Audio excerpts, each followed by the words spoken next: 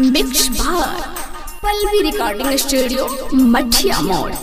हुई न थकान नहीं रास्ता बुझाई बज खेला तो देवा घर चल जाई।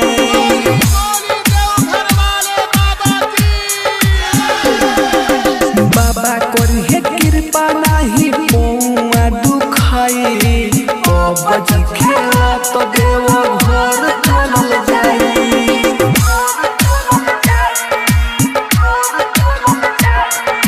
हुई न थकान नहीं रास्ता बुझाई बज खेला तो देवा घर चल जाई।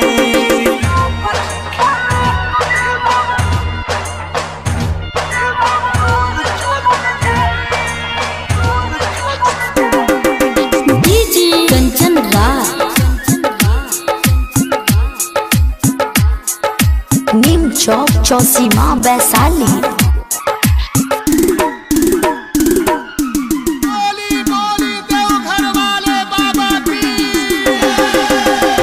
दूर करी है दुखावा बाबा सोहनते चल रे खेलत कूदत चलल जाई देव घर रे। दूर करी है दुखावा बाबा सोहनते चल रे खेलत कूदत चलल जाई देव घर रे। जनी बहरा हो आया के बढ़ा हो जनी बहरा हो आगे बढ़ा हो।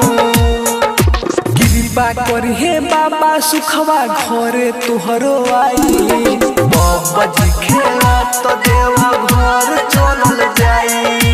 हुई न थकान नहीं रास्ता बुझाई बज खेला तो देवा घर चल जाई। मिक्स बार पल्लवी रिकॉर्डिंग स्टूडियो मठिया मोड़। कंचन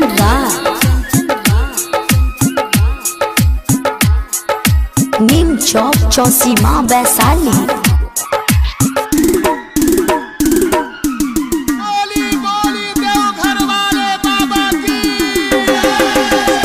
जे भी जाला बाबा लहगे खुश होके आवेला अमर जित अकेला भजन नहीं के गावेला।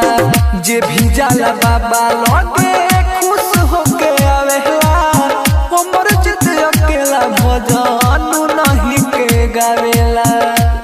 हो बाटे महिमा महान झूठ सारा जहान हो बाटे महिमा महान झूठ सारा जहान। छोटू परमोध सोने राहुल अंकित जाई बज खेला तो देवा घर चल जाई। हुई न थकान नहीं रास्ता बुझाई बज खेला तो देवा घर